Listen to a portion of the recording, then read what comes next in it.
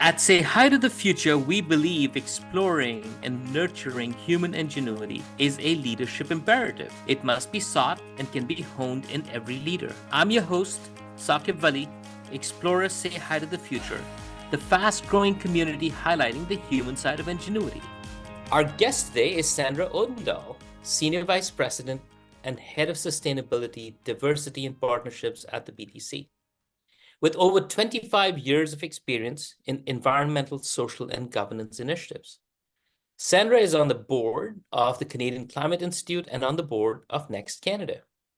With a background in both engineering and finance, Sandra likes to connect unlikely allies to solve environmental and community-related challenges, create positive change. Welcome, Sandra, and thank you for taking time out from your well-calculated schedule. Sandra, let's let our listeners hear in your voice how you wish to introduce yourself for them. And as you do, please do demystify things our listeners might get wrong about ESG in general, and specifically how ESG initiatives bank.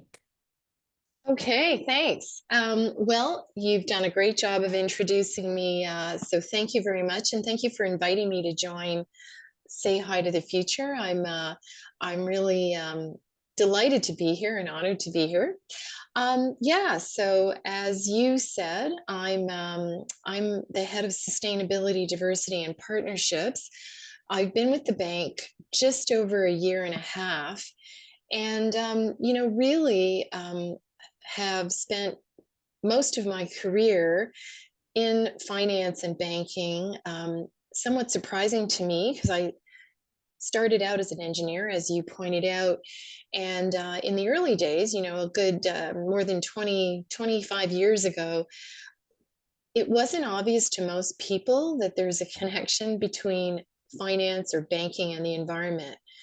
And in my early days of getting involved in banking, when I first joined a big bank to be part of the risk management team, I would go to environmental events and people would say, "Oh, that's so weird that a banker's interested in the environment. What does banking have to do with the environment?"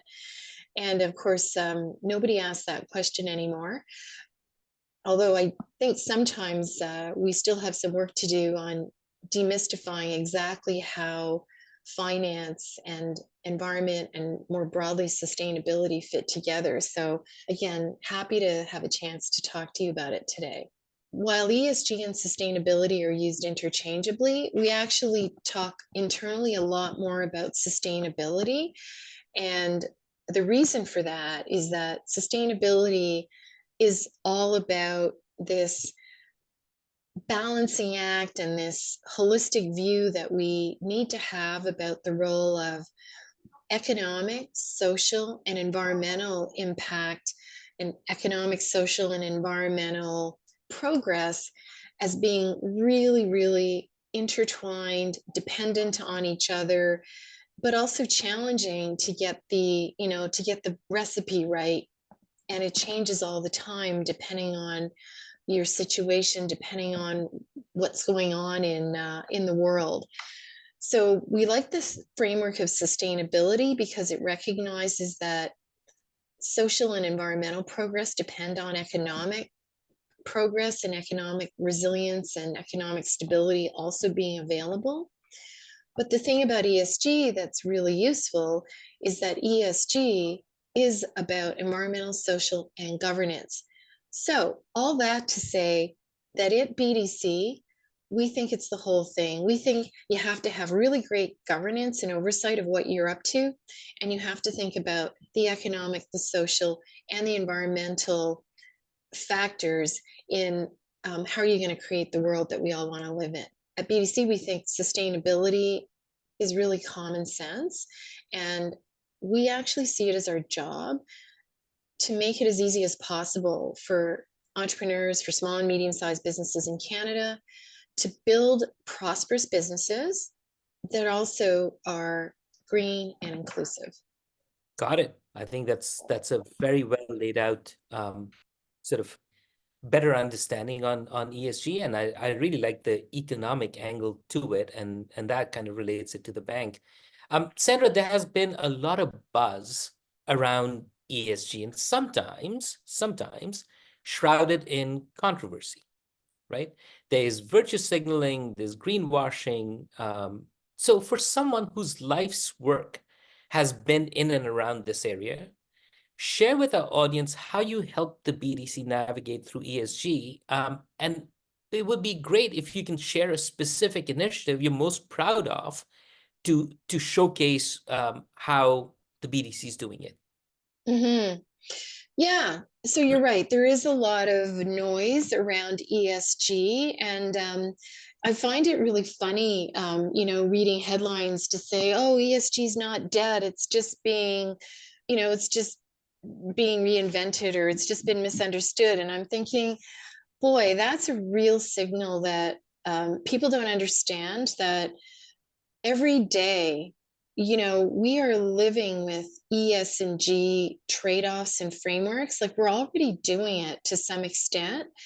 Unfortunately, I'm going to call it a buzzword of ESG, those three letters strung together and used in a myriad of ways, has contributed to what I think is some of the skepticism around it. What we saw over the last couple of years is people jumping on maybe an ESG bandwagon like it's a shiny new thing, and making really overly ambitious claims about how ESG could do this for you and that for you, without actually even defining what they meant.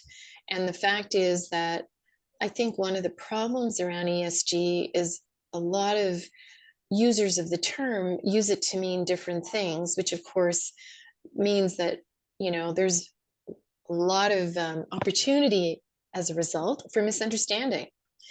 So, again, the way that we look at ESG is a really useful framework for making sure that you are properly considering all of the non-financial issues associated with running a company or a business well.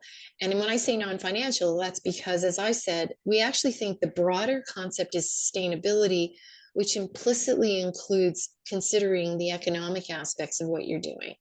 So if you assume the economic and financial stuff is, well examined, well thought about, well documented in business and has been for decades, which is true, ESG is designed to make sure you're not forgetting about those other things that could turn into material financial issues if you aren't paying attention to them.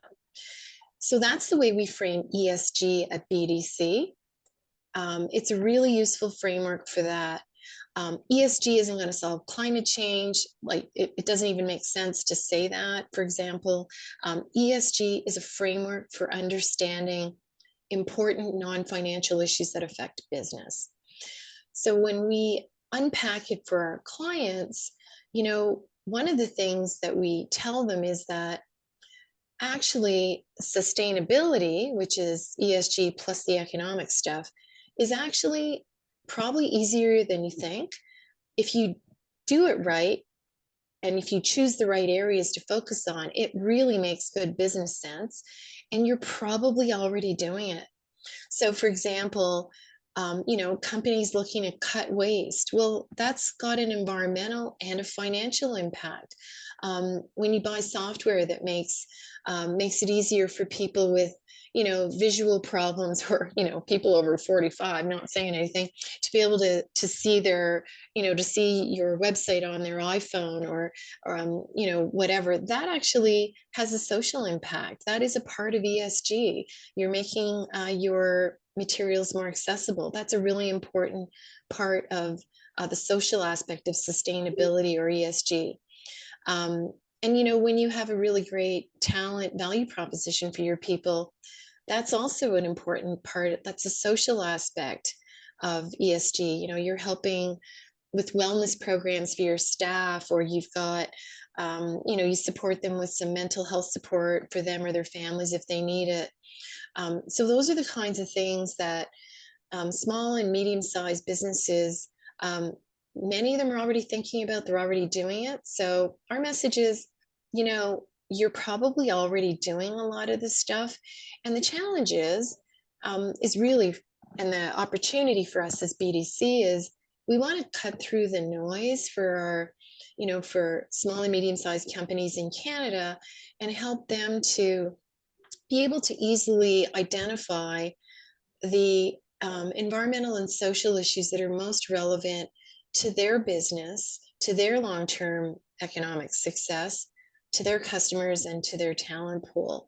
So that's what we want to do, that, because we think that if you want to stand out and be successful over the long term, sustainability or ESG is a really important lens to look at your business through.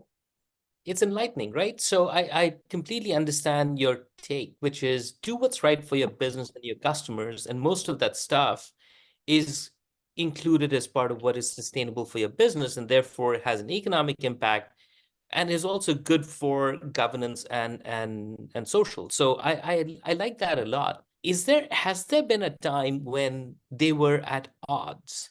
And how should a business think about it at a time where, let's say, if I wanted to save cost, but that went against environmental or what might be considered good for the climate? If it was all streamlined, then everyone would do it all the time. Yeah. But there are times where there are conflicts. And so how would you speak to the clients who are then coming back to you and saying, yes, but what might be right for my business might not necessarily be in the frame of ESG? How would you think about that, or how would you speak to it? Yeah, I think that it's a very real tension, and that's why we look at this as I always think about it as like a kind of tippy three-legged stool, like the financial or economic, the environmental, and the social. It's going to look different for every business, for honestly, every individual, every country. Like, how do you decide what the right kind of trade-offs are depending on your situation? I think that one of the big things that that I would suggest for somebody who's like, oh, it's going to cost me a lot to do this thing that I think is probably better for the environment. One of the things is definitely to sort of check whether you're thinking short, medium, or long term. Because what we found is that long term or even medium term, many environmental initiatives end up, again, it has to be designed right for your business, but proactive companies that, for example, take climate action. In a recent survey we did actually in December, we found that they recoup their climate related investments. So usually that's something to do with either energy efficiency or switching the kinds of fuel that they're using. So it's something that's good for mitigating climate change in the long run. They recoup their investments in only 16 months on average.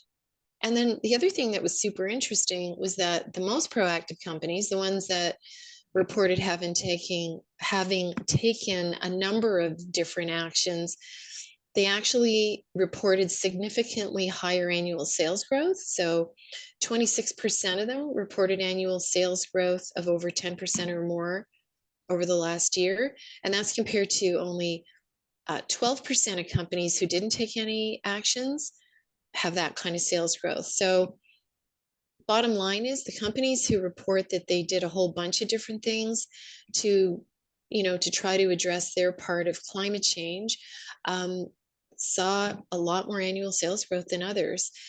So what we think and what we've seen from the data is that it is important to look at some of these investments as investments and look at the medium to longer term payback of them, because they may not pay back overnight for sure.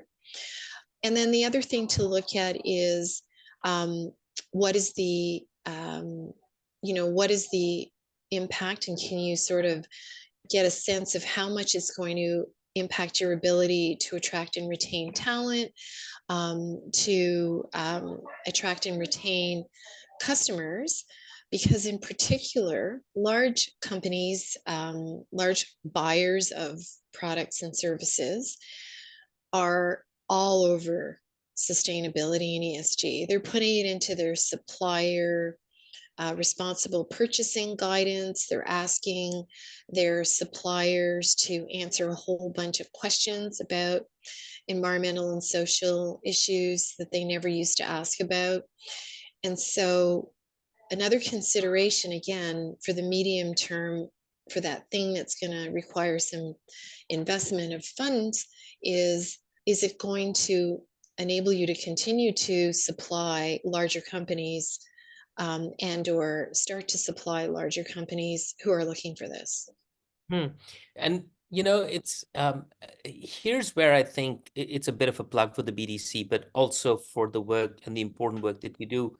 The BDC that puts an investment into a company, whether that be in the debt form or whatever, obviously wants to secure its own repayment over a period of time. So it's almost like the BDC would never be saying something or having a conversation with one of your clients that would risk that payback of the money that you've put. So this is the biggest testimony, I think, in the industry that, hey, ESG is a good investment. And here, because if the BDC is behind it, why would they do it if it didn't make economic sense? So it's what I would call the proof in the pudding, right? And which is really good. And so let's switch a little, Sandra. So as the SVP at BDC, you wield a lot of leadership influence. Our audience would benefit from some of your leadership perspectives, right? So Mhm. the first one that I'd love to get on is, let's begin with your leadership take on ingenuity, and more importantly, the human side of ingenuity. There's a lot of talk of AI, productivity, and all that, but there's the human side of ingenuity that is still relevant, has been, and will continue to be relevant. Um, Mhm. how's the ingenuity side of it relate to your organization's success? What's your take? When has it worked well? When has it not? And what have you learned from that?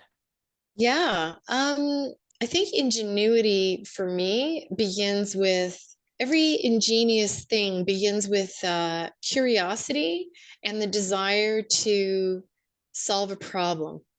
Hmm.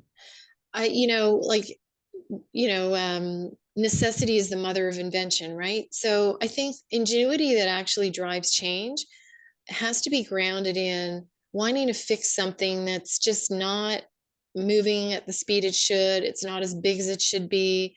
It's not working at all, whatever. And it also, I think, involves a willingness to test and try things that haven't been tried before, or at least haven't been tried in that way or in that sector or in that application. And so one of the things that's great about BDC, because I guess we're a smaller bank and we have a mandate to support and enable Canadian small and medium-sized companies to be thriving and resilient. So we want to have a safe space to try things that are going to help entrepreneurs succeed. And we've really created a safe space to test, possibly fail quickly, pivot, and move on.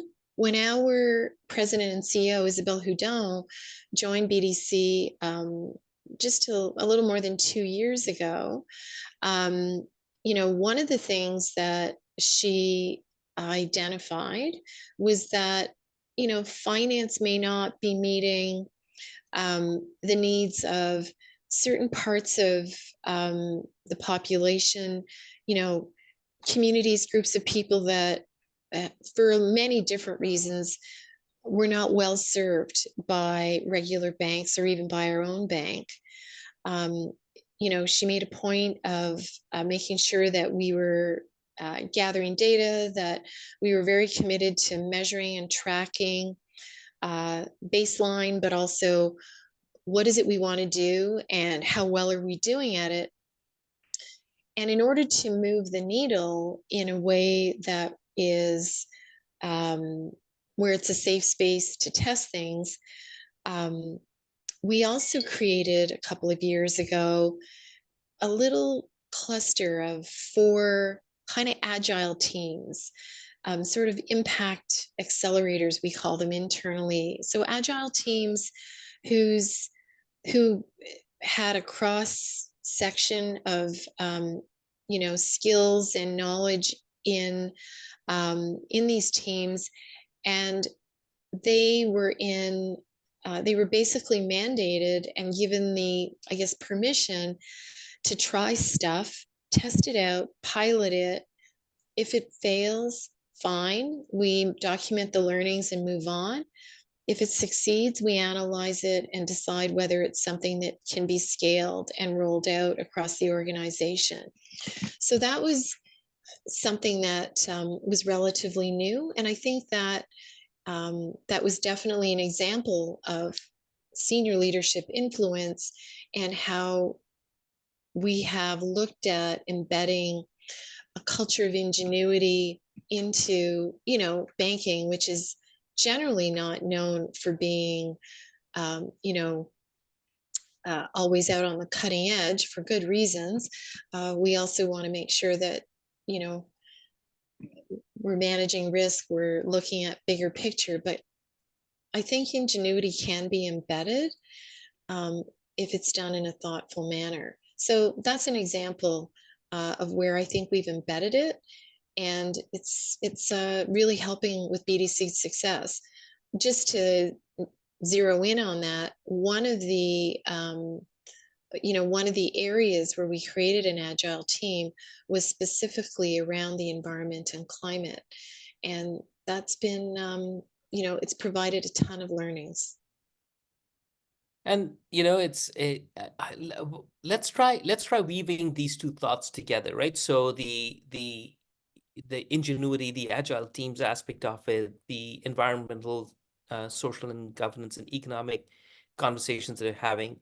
If a lot of our listeners are might be thinking about a career at BDC, either joining or starting or progressing. Let's it would be great to get your thoughts on what are some of the specific traits that BDC in general or you in particular look for as you're looking at talent, especially ones you look for and groom for future leadership. Yeah. Um, you know, I can tell you one of the things. First of all, I'll start by telling you about what attracted me to BDC, having spent most of my career in a couple of Canada's largest banks, which was fantastic. But what got me excited about BDC and keeps me excited every day is to work in finance and banking in an organization who has a mandate around enabling economic growth and job creation in Canada. It's amazing to have a really clear and solid mission that's all about serving the best interests of Canada and Canadian small and medium-sized businesses. So that's one thing I would say about what unifies the talent that do work at BDC is everybody is all in on the mission. Like, we want Canadian small and medium-sized businesses to be amazing. We want Canada to be amazing at building and nurturing those businesses. So when we look for talent, we look for people, and I would say people are attracted to us because they too care about that. They care about Canada. They care about seeing essentially the fabric of Main Street, which is small and medium-sized businesses. They care about seeing that succeed. So that's really exciting, and it's a fundamental thing that I look for when I talk to people or interview people who are interested in joining, is like, do you also care about that? Because we're all in on it. I, of course, also look for people with passion and a genuine interest in sustainability. And, when I say genuine interest, sometimes it manifests as formal education. And actually, we look for, formal education in, foundational things like business and finance, economics, science, engineering, technology, law, any, of course, any formal education is good. It shows that you know how to learn. It shows that you can commit yourself to getting a degree. But I also look to see what people have done in either their formal or more likely their personal activities, their extracurricular activities around environmental and social issues. So, have they been on committees? Have they done special projects, either at school or at work? Did they do volunteer work related to social or environmental causes? I'm a little suspicious of people who say they care passionately about sustainability, but they don't have a formal indication that they've rolled up their sleeves and given their time or their brain power to something along those lines. Um, and yeah, you've got to be interested and passionate, and you've got to be committed to entrepreneurs and entrepreneurship as well. Sure, absolutely. Sandra, let's pivot over to you for a second. Let's get to know you a bit more. Um, so you built quite a name and a career. Go back to the time when you were doing your master's in chemical engineering at U of T, knowing everything you know today, and if you got a chance to retrace your steps, would you take the same path? Or what would you do differently? um, Je ne regrette rien. Is that an Evita quote? Yeah, no, I've been super lucky, and I wouldn't change a thing at all. In fact, a lot of a person's career path, it depends on being in the right place at the right time, of course. And I was definitely in the right place at the right time on a couple of fronts. In particularly, well, I was at the right place well before the right time on sustainability and banking, I think. Back to my comment about people kind of going, so you're working in a bank and why are you at this environment conference? Which words you never hear anymore. But what makes me happy and satisfied about my career path is that I do feel that it started by being well grounded in something that that was hard. Like it, I'm not going to lie, engineering's hard. In fact, I was counseled when I joined the bank. I was counseled by an older guy who was an engineer working in the bank, and he said, "Are you sure you want to work in banking? Like engineering's a hard thing to do. Maybe, you could probably make a contribution in more in the technical side." And I was like, "Yeah, maybe I'll go back to it."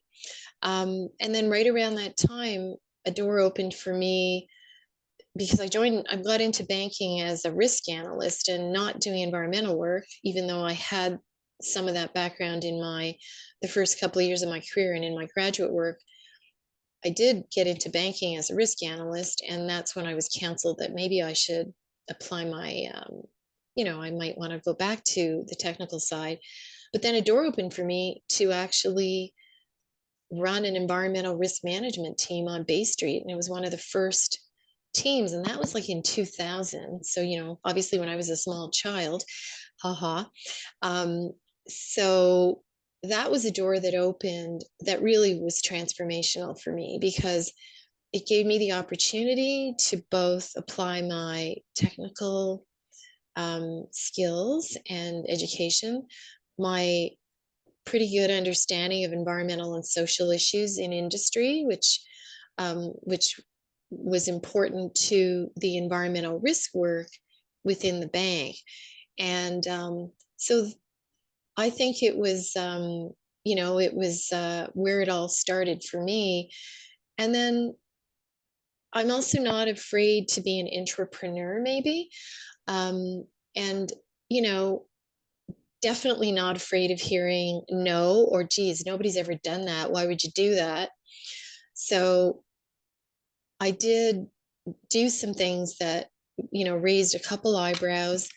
And I found one of the things that helped was being curious and bringing other people, conventional finance people, kind of into the fold by being super interested in learning about their business and what drove them and how it all worked, and how were we going to work together to add this lens of what is now known as ESG to the very important work of banking. So I was super curious about how to do it, and by reaching out to people and learning from them, it got them really interested in it too. And you start to build kind of your 1,000 points of light within an organization of kind of quiet supporters who are like, yeah, I think there's something there and we should try something. So that's a bit about my career, kind of the start of my career and how I got into this whole area of sustainable finance and environment in banking. But I mean, it was dozens and hundreds of people who were advocates, supporters, who were quietly wishing that in their conventional finance neck of the woods that they could add a little bit more of a social or environmental lens. And so we kind of all put it together. And it's been, really gratifying and really, really great to see how what started as a niche thing 20 some years ago has blossomed into something that everybody understands, needs to get done. We're still grappling with the best way to do it. And certainly there's still a lot of work to do to make it make sense, to make it implementable and affordable, and right sized for companies of different sizes in different sectors operating in different markets. There's always going to be more to learn, and but more and more people are thinking about it, and that's only making the application of this and the discussions much more robust and thoughtful. So it's great. I wouldn't change a thing about my career. I look forward to Monday mornings. All right, fair enough. But you know what? The way I heard that was there were seminal moments, lots of advocates, a ton of hard work, and a bit of luck. Is that fair? That's an excellent summary. I bet you that summarizes almost everybody's career, right? I guess. I guess. It's true. So Sandra, what's your advice to other leaders? Well, I mean, certainly, if I'm advising other leaders in sustainability, um, and leaders who want to bring this lens to whatever work they do, I guess there are a couple of things. I think one thing is, uh, do your homework to understand the business that you want to transform. For me, that meant, coming to banking without a banking background. I had a ton to learn about banking and finance. I ended up doing a CFA, so I knew what those banker finance people were talking about. Um, but I would suggest make sure that if you're going to be a leader in this space in a certain industry or in a sector, you need to understand how the business works, so that you really know what you're talking about. You have the credibility, and you can bring people with you to transform it. I would say the second thing is, look around at best practices in sectors outside of your own. I think there's a lot to be learned and adapted from, best practices that you see elsewhere.